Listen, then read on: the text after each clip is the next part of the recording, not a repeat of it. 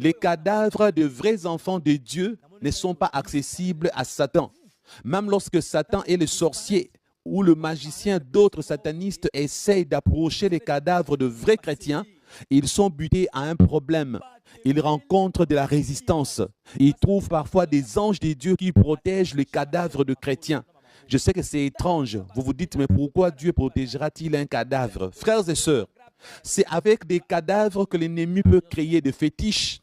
C'est avec les cadavres que l'ennemi fabrique de l'eau bénite pour certaines églises. C'est avec le sang humain des cadavres que l'ennemi fabrique parfois le vin de la Sainte Seine pour certaines églises. C'est avec le corps des cadavres qu'on fabrique parfois le pain dans les fausses églises pour dire que c'est le corps de Christ. Bref, les cadavres humains sont énormément utilisés par Satan. Alors, Dieu protège le corps des cadavres humains des chrétiens parce que Dieu refuse que le corps des chrétiens soit profané. D'ailleurs, souvenez-vous, le corps de Moïse que Satan était en train de chercher. Dieu avait envoyé l'archange Michael pour protéger le corps de Moïse. Je peux vous rassurer que le corps d'un vrai serviteur de Dieu ne peut pas être touché par les satanistes. C'est un corps qui moisit dans le tombeau en paix. C'est un corps qui reste là-bas jusqu'à devenir poussière en paix sans pour autant qu'on ne vienne les déranger, frères et sœurs.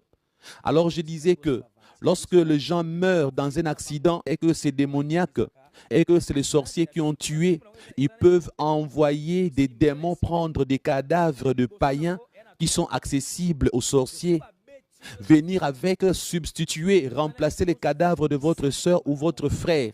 Vous aurez le visage de votre sœur, visage de votre mère, mais ce n'est pas eux.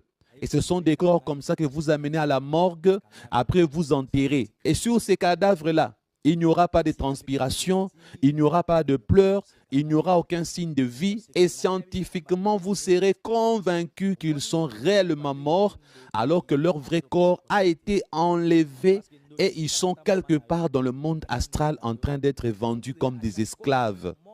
J'aimerais que vous puissiez comprendre ça. Donc, Satan tue de plusieurs manières. Mais il fait de sorte qu'on ne sache pas que c'est démoniaque. Il fait de sorte qu'on ne sache pas que c'est lui qui est derrière les accidents, les empoisonnements.